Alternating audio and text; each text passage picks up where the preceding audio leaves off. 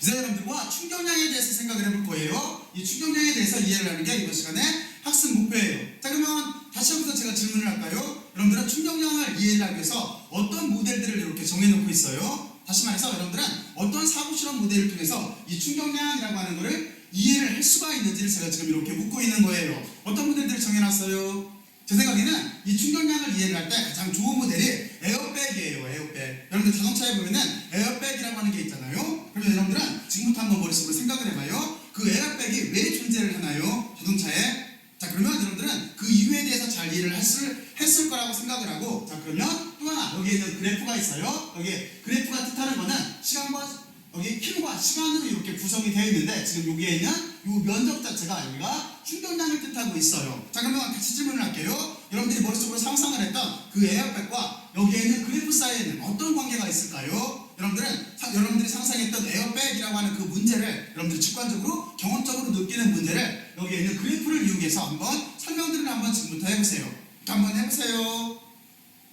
해봤어요? 여러분들은 아마 틀림없이 잘했을 거예요. 자, 그러면 우리가 이 충격량을 이해를 하기 위해서 저는 어떻게 설명을 할 거냐면, 먼저 충격량에 대해서 이렇게 정의부터 먼저 할 거예요. 충격량에 대해서 정의를 하고 그 다음 장으로 이렇게 넘어가서 우리는 일반화를 시켜서 충격량, 운동량 정리라고 하는 거를 이렇게 구해보면서 조금 전에 제가 여러분들한테 부연 설명을 했던 에어백이 도대체 이 문제와 무슨 관계가 있나 하는 거에 대해서 설명을 한번 해보고자 하는 거예요. 자, 그러면 여러분들이 이번 시간에 해야 될 목적에 대해서는 여러분들이 잘 이해를 했을 거예요. 자, 그러면 이제 저는 처음으로 돌아와서 이제 충격량이라고 하는 거를 한번 정의를 해보죠. 충격량이라고 하는 정의도 여러분들이 잘 알고 있겠지만 뉴턴의 이 법칙부터 이렇게 유도를 해나가면 돼요. 그러면 여러분들이 뉴턴의 이 법칙이 뭐예요? 뉴턴의 이 법칙이라고 하는 자체는 힘이라고 하는 자체가 이렇게 질량과 가속도의 구부로 되어 있다라고 하는 거예요. 그쵸? 그리고 여기를 우리가 벡터 형태로 쓰게 되면은 가속도도 벡터고 여기에 있는 힘도 이렇게 벡터가 될 거예요. 여러분들이 아주 잘 알고 있는 식이 될 거예요. 자, 그러면 여러분들은 여기에서 우리가 어떤 식으로 운동량이라고 하는 걸 정의를 했냐면, 이 운동량을 이용해서 우리는 충격량을 정의를 할 거예요. 그래서 여기서 어떻게 유도를 했었냐면, 우리는 여기에서 여기 가속도라고 하는 거를 속도탑으로 먼저 바꿔줬어요. 그래서 여기가 질량은 상수꼴로 이렇게 있을 때고, 그리고 가속도라고 하는 자체는 속도에 대한 시간 변화율이기 때문에 여기는 속도에 대한 시간 변화율로 이렇게 쓰면 되는 거고, 물론 여기가 지금 벡터예요. 그리고 나서 여기 있는 질량 자체를 어떻게 생각했어요? 스칼라량이라고 생각을 하고 이걸 안쪽으로 넣었죠. 자, 그래서 이거를 그대로 쓰게 되면은 우리는 다음과 같이 이렇게 쓸 수가 있어요.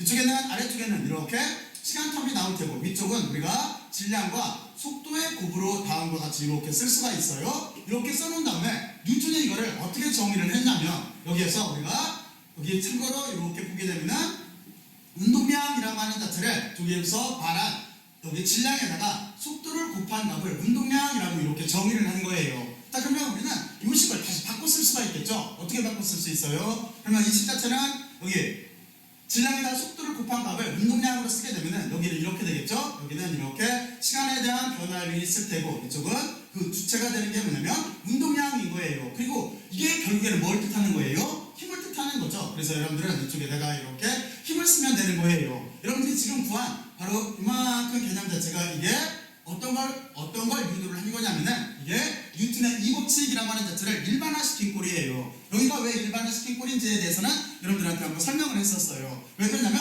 다음과 같은 꼴로 이렇게 쓰게 되면은 여기에서는 지금 이 운동량이라고 하는 자체가 질량과 가속도를 속도를 뜻하고 있기 때문에 다음과 같은 꼴에서는 질량이 변할 때, 그리고 또 하나 속도가 변할 때를 문할 수가 있어요. 그래서 이게 더 일반화된 꼴이에요. 자, 우리는 이렇게 해놓고 나서 이제 우리의 주제에 충격량 쪽으로 넘어가야 돼요. 그러면 여기에서 충격량 쪽으로는 논리전개를 어떻게 하면 되는 거냐면, 지금 이 식을 이렇게 수학적으로 보게 되면은 이쪽이 독립변수고 여기가 종속변수예요. 그러면 우리는 여기 종속변수를 왼쪽으로 넘겨주면 되겠죠? 변수를 분리하려고 하는 거예요. 변수를 분리한 후에 적분하면 해가 나와요. 바로 그래서 여기를 우리가 어떻게 쓸 수가 있냐면, 이 식에 의해서 우리는 이쪽을 이렇게 운동량 입장으로 써주고, 이쪽을 우리가 힘에다가 시간을 이렇게 곱한 꼴로 써줄 수가 있을 거예요. 그죠? 자, 그리고 좀 전에 설명을 했듯이 여기서 우리가 해를 구하고자 한다면 양변을 적분을 하면 되는 거예요. 그래서 이쪽을 이렇게 적분을 하게 되면은 어떻게 나오겠어요? 이쪽은 이제 초기치와 나중치까지 적분을 할게요. 그러면 이쪽은 우리가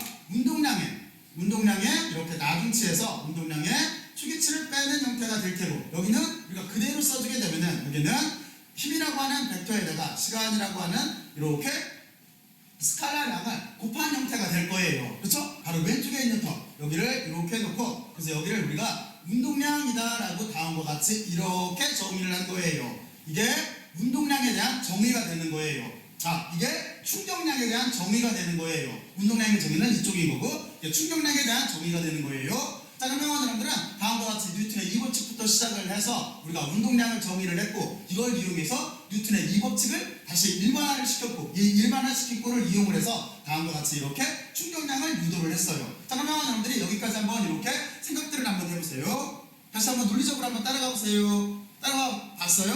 자, 그러면 여기서 또 하나 의미를 생각을 해봐야 되는데 우리는 이렇게 생각을 해야 돼요. 지금 보면은 여기 보면은 충격량이라고 하는 자체는 스칼라예요, 벡터예요? 벡터예요. 그렇죠? 여기는 벡터예요. 근데 여러분들이 여기서 한 가지를 비교를 해봐야 돼요. 어떤 거하고 비교를 해봐야 되냐면 여러분들이 1이라고 하는 정의를 배웠어요. 1이라고 하는 정의는 어떻게 돼요? 이거는 힘을 이용해서 물체를 이동시키는 거였죠. 바로 그래서 우리가 1에 대한 정의를 그대로 쓰게 되면은 여기는 힘이라고 하는 걸 이렇게 가해서 물체를 이동시킨 거였었어요. 이게 1에 대한 정의였었어요. 그런데 여러분들이 1에 대한 정의를 논할 때 여기에 어떤 게 들어갔었어요? 둘 사이에 힘과 여기 보면 변이 사이에 여기에 도트 프로덕트가 들어갔었죠. 이렇게 도트 프로덕트가 들어갔기 때문에 1이라고 하는 자체는 어떤 값이냐면 스칼라량이에요. 여기는 스칼라량이에요. 하지만 충격량이라고 하는 자체는 똑같이 시간에다가 여기는 시간에다가 이쪽은 변이를 도트 프로덕트를 취해줬기 때문에 1은 스칼라량인 거고 그리고 이쪽은 시간이라고 하는 자체를 곱해준 꼴이에요. 그래서 여기는 벡터가 되는 거예요. 여러분들은 이렇게 두 가지 개념으로 이렇게 비교를 해서 생각을 해보고 있어야 돼요. 여기 꼭 한번 비교를 해봐요. 반은 계속 단순한 문제를 심도 있게 생각을 하면서 의미를 자꾸 구해 나가는 거예요. 자, 그러면 여러분들은 다음과 같이 이렇게 알았고 그리고 또 하나 여기서 단위를 생각을 해봐야 되겠죠. 단위는 이렇게 될 거예요. 어떻게 되는 거냐면 이쪽은 뭐예요? 힘이니까 뉴턴이겠죠. 그리고 여기는 시간이에요. 그렇죠? 그러니까 여기는 힘이니까 뉴턴일 때고 여기는 시간이에요. 근데 뉴턴이라고 하는 자체는 어떻게 되는 거냐면 킬로그램에다가 메타/퍼 초의 제곱이에요. 근데 여기 시간이 하나 더 있네요. 그러면 시간을 하나 약분 되겠죠. 그러면 여기는 어떻게 되겠어요? 킬로그램 미터/퍼 초가 되겠죠. 그래서 여기에 SI 단위로 우리가 여기를 쓰게 되면은 여기는 킬로그램 미터/퍼 초가 되는 거예요. 그러면 여러분들이 킬로그램 미터/퍼 초라고 하는 자체는 또 하나 어떤 거의 단위였었어요? 여기에 있는 것처럼 운동량의 단위예요. 우리가 여기에서 운동량의 단위를 쓰게 되면은 여기가 m은 킬로그램일 테니까 킬로그램이 될 테고 그리고 속도니까 여기가 미터/퍼 초로 이렇게 쓸 수가 있겠죠. 그렇죠? 그래서 지금 보면은 여러분들이 여기 있는 충격량과 여기 있는 운동량이라고 하는 자체는 서로 같은 단위를 가지고 있어요. 그러니까 서로 관계가 있다는 뜻인 거예요. 그렇잖아요? 자, 그러면 여러분들은 여기까지 이렇게 이해를 하고 있으면 되는 거고 자, 그리고 또 하나 여기 보면은 충격량의 방향이라고 하는 자체는 물체에 작용하는 힘의 방향과 같아요. 그러니까 물체에 작용하는 힘의 방향과 충격량의 방향 자체는 서로 같게 돼 있어요. 자, 그러면 여기까지 기본적인 내용을 알아봤고 자, 이제 아까 여러분들한테 설명을 했던 자, 이제 여러분들은 이 그래프를 이용을 해서 여러분들은 어떤 생각을 해봐야 돼요? 에어컨 문제를 해결을 해봐야 되겠죠. 그렇죠? 그래서 여러분들은 다음과 같이 이렇게 힘과 시간에 대한 그래프를 그렸을 때 여기에 있는 면적이 충격량이라고 하는 지금 우리가 여기에서 정의한 충격량이라고 하는 거에 정의가 될 거예요. 자, 그러면 에어백 문제는 어떻게 되는 거겠어요? 에어백이 있는 이유는 어떤 거냐면 사람이 어떤 예를 들어서 사고가 났을 때 운전대하고 부딪히는 시간을 지연시키기 위한 거잖아요. 그렇잖아요? 바로 그게 에어백의 목적인 거예요. 자, 그러면 여러분들은 다음과 같이 생각을 해보면 돼요. 이 그래프에서 여러분들이 시간축을 변화를 시켜봐요. 시간축을 이렇게 줄이게 되면은 이 면적 자체는 일정해야 될 테니까 힘은 커질 거예요. 하지만 시간축을 늘리게 되면은 여기는 어떻게 되겠어요? 면적 자체는 일정해야 되는 거니까 힘은 이렇게 원만하게 작아질 거예요. 그렇잖아요? 머릿속으로 여러분들이 여기 있는 시간축을 움직여봐요. 그러면 여기서 달라지는 거는 힘의 크기가 달라진다라고 하는 거를 알 수가 있을 거예요. 그게 바로 에어백이 하는 역할이에요. 그러니까 에어백이라고 하는 자체는 사람과 여기 있는 차와 부딪히는 시간을 지연시켜주는 거예요. 지연시켜주게 되면은 어떻게 돼요? 사람한테 전달되는 힘이 작게 되는 거예요. 만약에 지연시키지 못하면 어떻게 돼요? 에어백이 없다라고 한다면 그대로 가서 팡하고 부딪히겠죠? 이렇게 되면은 시간이 짧기 때문에 사람은 크게 힘을 받아서 다치게 돼요. 하지만 천천히 가서 부딪히게 되면은 우리는 어떻게 돼요? 힘이 적기 때문에 다치지 않게 되는 거죠. 바로 그게 에어백의 원리예요. 그러니까 여러분들이 다음과 같이 이렇게 충격량이라고 하는 것을 이해를 할 때 우리가 다음과 같이 것처럼 증명도 해봐야 되지만 그러나 실제적인 사고 실험 모델을 통해서 이해를 해야 돼요. 그 점에 대해서 꼭 여러분들이 생각을 하고 있어야 돼요. 자, 그러면 여기 에어백과 지금 이 그래프 사이의 관계를 잘 한번 이해를 해보고, 그리고 이 정의도 이용을 해서 한번 잘 정리들을 한번 해봐요. 자, 그리고 이제 이거를 일반화를 시켜야 되는 건데, 일반화를 시킬 때 그래서 충격량 그리고 운동량 정리라고 하는 걸 구하기 위해서 그러는 거예요. 먼저 우리는 힘이 평균적인 힘이 작용할 때를 생각해 보면 돼요. 그러면 평균적인 힘이라고 하는 자체는 어떻게 되겠어요? 평균적인 힘이라고 하는 자체는 지금은 이제 힘 자체가 평균 힘이 아닌 거잖아요. 힘이 바뀌고 있다는 뜻인 거잖아요. 근데 평균 힘이라고 하는 자체는 힘 자체가 이렇게 일정하게 될 거예요. 그러니까 만약에 여기에다가 우리가 만약에 평균 힘이 작용할 때를 생각을 해본다면 평균 힘이라고만 이렇게 쓸게요. 그리고 나서 평균 힘은 여기다가 이렇게 표현을 해줄게요. 그러면 평균 힘이 작용할 때 우리가 저쪽에 있는 힘과 시간 사이의 그래프를 여기다 다시 그리게 되면은 여기는 이렇게 될 거예요. 평균 힘이니까 만약에 여기가 시간의 추기치라고 하고 여기가 시간의 나중치라고 한다면 틀림없이 이 그래프 자체는 여기를 이만큼을 표현하게 될 거예요. 여기가 어떤 주어져 있는 평균 힘이라고 한다면, 그렇죠? 다음과 같이 지금 같은 경우에는 이만큼 면적이 이게 충격량이 될 거예요. 바로 이랬을 때는 우리가 어떻게 논리를 전개하면 되겠어요? 이때는 이렇게 되겠죠. 여기에 임펄스라고 하는 충격량이라고 하는 자체는 아래와 같이 이렇게 표현이 됐으니까 우리가 충격량이라고 하는 자체는 지금 이 힘만 어떻게 써주면 되겠어요? 평균 힘으로 이렇게 써주면 되겠죠. 그렇죠? 이렇게 써주면 될 테고, 그리고 여기에다가 지금 그냥 스칼라량으로 계산을 할게요. 여기에다가 시간을 이렇게 곱해주는 형태가 이렇게 될 거예요. 여러분들 여기까지 예상을 할 수가 있죠? 그리고 지금 이 적분에서 보게 되면은 여기는 그냥 평균적인 똑같은 평균 힘이니까 앞으로 이렇게 넘겨주고 시간에 대해서 적분을 하게 되면은 이 텀 자체는 어떻게 될 거냐면 이쪽은 이렇게 힘의 평균이 나올 테고 여기는 시간에 대한 적분이 나올 테고, 그리고 이걸 다시 쓰게 되면 이렇게 되겠죠. 이쪽은 이렇게 평균 힘이 나올 테고 여기는 어떤 꼴을 가질 수밖에 없냐면 여기는 시간의 나중치에서 이렇게 시간의 초기치를 뺀 꼴로 이렇게 쓸 수가 있을 거예요. 자, 그러면 여러분들은 나중치에서 초기치를 빼줬네요. 여기는 어떤 걸 뜻해요? 여기는 어떤 걸 뜻하냐면 변화량을 뜻하겠죠. 그러니까 여러분들은 여기를 다음과 같이 이렇게 쓸 수가 있어요. 그래서 여기는 이렇게 평균 힘이라고 하는 자체는 여기 시간에 대한 변화량을 쓸 수가 있는 거잖아요. 그러니까 이렇게 시간에 대한 변화량으로 이렇게 쓸 수가 있어요. 이쪽도 우리가 평균적인 이렇게 충격량이에요. 그래서 이쪽을 이렇게 표시를 해주기 위해서 이렇게 묶어줄게요. 다음과 같이 이렇게 구할 수가 있어요. 당연한 여러분들은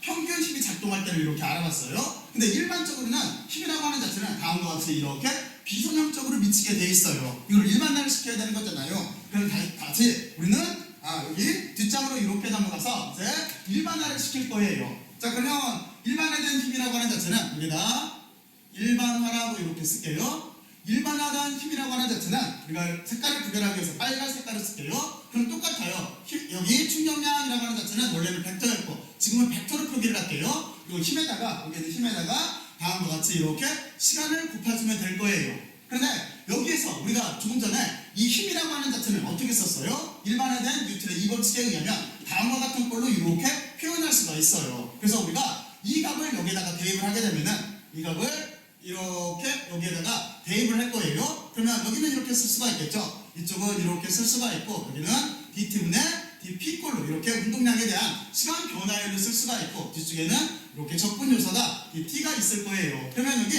dt 약분 되겠네요. 그러면 남는 건 뭐밖에 없어요? 여기는 이렇게 운동량밖에 안 남게 되네요. 그러면 우리가 요 적분이라고 하는 건 쉽죠? 여기는 어떻게 하면 돼요? 여기는 틀림없이 이렇게 운동량의 초기치에서 여기는 나중치에서 운동량의 초기치를 빼준 게 될 거예요. 그리고 이건 뭐였었어요? 이거는 실제적으로 보면은 충격량이었었어요. 그렇죠? 그래서 여러분들은 다음과 같이 이렇게 값을 쓸 수가 있는데, 근데 이 부분을 우리가 줄여서 쓸 수가 있어요. 어떻게 쓸 수가 있어요? 이 부분 자체는 여기는 운동량의 변화량인 거죠. 그렇죠? 그래서 여기를 우리가 어떻게 줄여서 쓸 수가 있냐면 여기를 이렇게 는 하고 그냥 여기다 쓸게요. 여기를 이렇게 운동량의 변화량으로 쓸 수가 있어요. 이게 결국에는 충격량이에요. 이거 우리가 다음과 같이 쓴 식을 여기를 우리가 충격량, 운동량 정리라고 하는 거예요. 이게 충격량,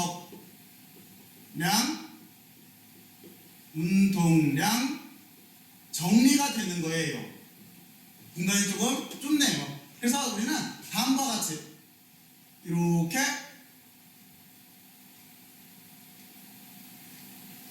구별할 수 있어요. 충격량, 운동량 정리를 구할 수가 있어요. 그러니까 실제적으로 보면은 충격량이라고 하는 자체는 운동량의 변화량인 거예요. 자, 그러면 여러분들은 여기까지 논리를 잘 이해를 할 수가 있겠죠? 잘 이렇게 이해를 했고, 그리고 또 하나 이런 문제에서 우리가 힘을 구하라고 할 수가 있어요. 힘을 구하라고 하면 돼요. 이때 힘을 구하라고 한다면 우리가 충격량이라고 하는 자체를 여기 있는 시간으로 나눠주면 되겠죠? 그러면 충격량은 어떻게 구해요? 충격량이라고 하는 자체는 운동량의 변화량으로 구하면 되겠죠? 바로 이런 식으로 서로 연동이 이렇게 돼 있어요. 자, 그러면 다음과 같이 우리는 충격량이라고 하는 걸 알아봤고, 그리고 그 충격량이라고 하는 거를 어떻게 정의를 했냐면 뉴턴의 이 법칙을 통해서 알아봤어요. 뉴턴의 이 법칙을 통해서 일반화를 시켰고, 일반화시킨 거를 이용해서 충격량이라고 하는 거 정의를 했어요. 그리고 우리는 또 하나 평균 힘이 작동을 할 때를 이렇게 알아봤어요. 그리고 또 하나 우리는 일반적인 힘이 작동을 할 때 다음과 같이 이렇게 충격량, 운동량 정리까지 이렇게 알아봤어요. 자, 그러면 여러분들은 여기까지 이렇게 잘 이해를 했을 거라고 생각을 하고, 다시 한번 얘기하지만 여러분들은 이 문제를 에어백하고 여기에 있는